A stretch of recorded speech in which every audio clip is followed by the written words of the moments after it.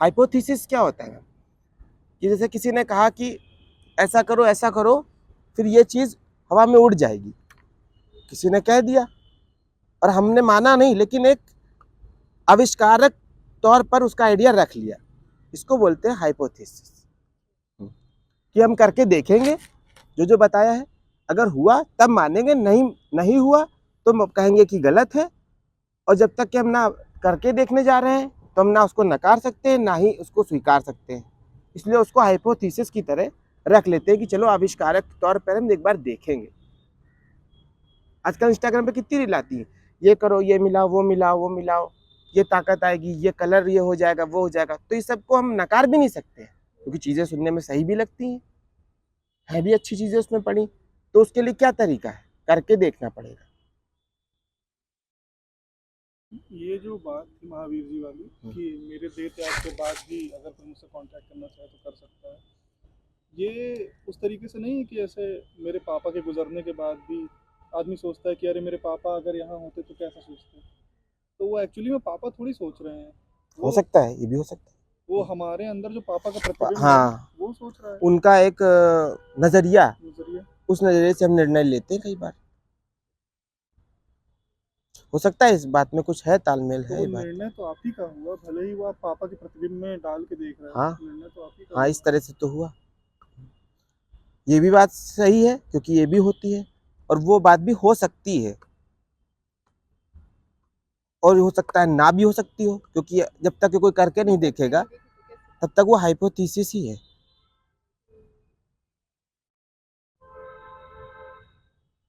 महावीर जी ने लिखवाया कि उनके एक बार लोग कान में कील ठोकने आ गए, तो इंद्र देवता उनके पास पहुंचे कि उनकी मदद करने के लिए, बताइए तो मैं कुछ करूं। तो उन्होंने कहा कुछ ना करिए, बोल के नहीं, मौन व्रत था उनका, अंदर ही से कहा होगा।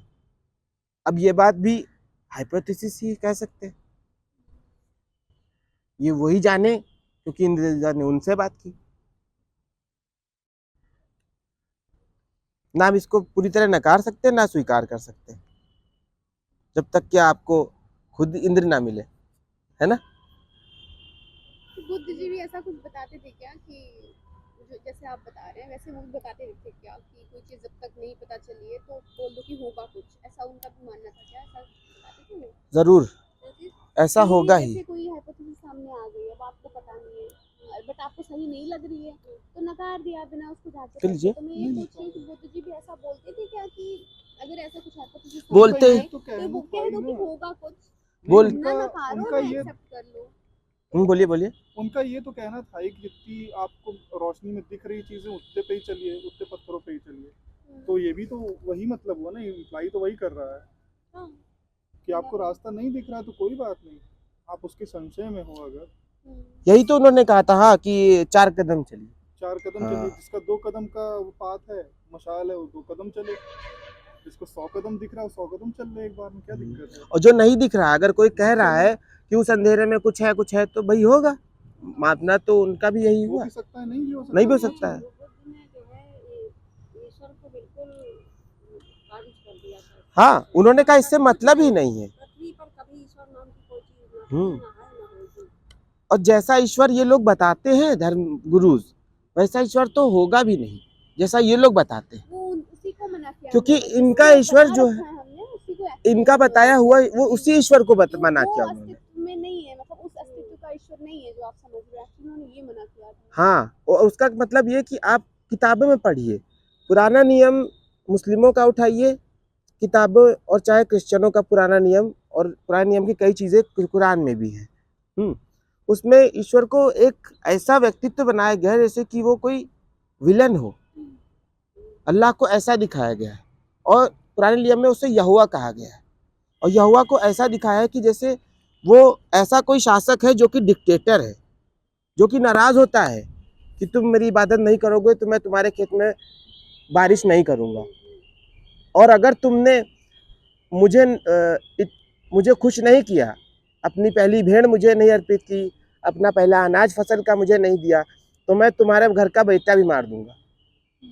ये तो डॉन गुंडई वाली बात हुई ना। तो उनका ईश्वर ऐसा है, क्यों? ये उन्होंने रचा, ऐसे ईश्वर जो जिनको बताते हैं लोग, वो कहने को ईश्वर का नाम है, लेकिन उनके काम अगर आप गौर करें तो कहीं से ईश्वर वाले नहीं है। परशुराम को ले लें, अवतार माना जाता है परशुराम को, कुछ पता नहीं है, कुछ पता नहीं है। परशुराम को क्या बताया जाता है? 10 अवतार में एक बताया जाता है। उन्होंने क्या किया था?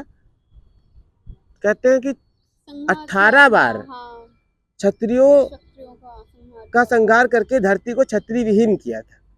और उससे पहले क्या किया था? अपनी माँ को मार दिया था पिता के कहने से।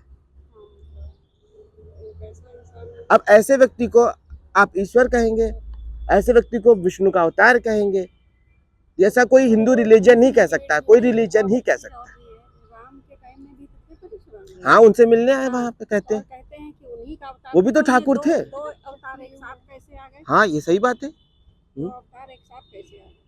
भी सकते हैं, ऐसे कोई रूल नहीं, अगर मान लो आए या ना भी आए, लेकिन कंट्रास्ट क्यों हो गया?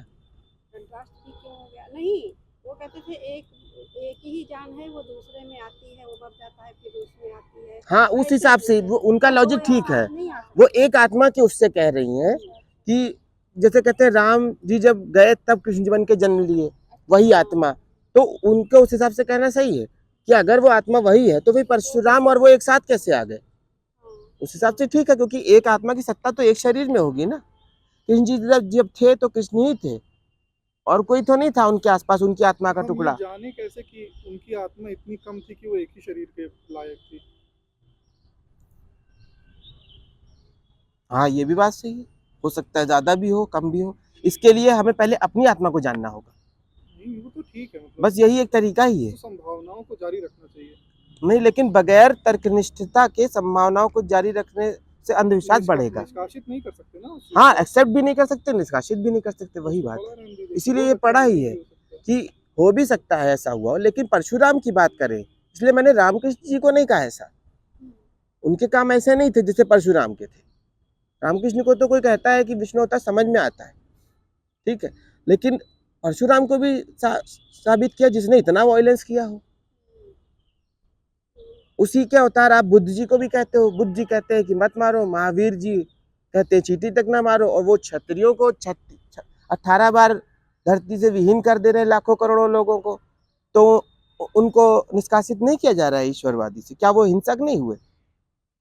परशु लेके चलते हैं, नाम ही पड़ा है परशुराम, सोचिए।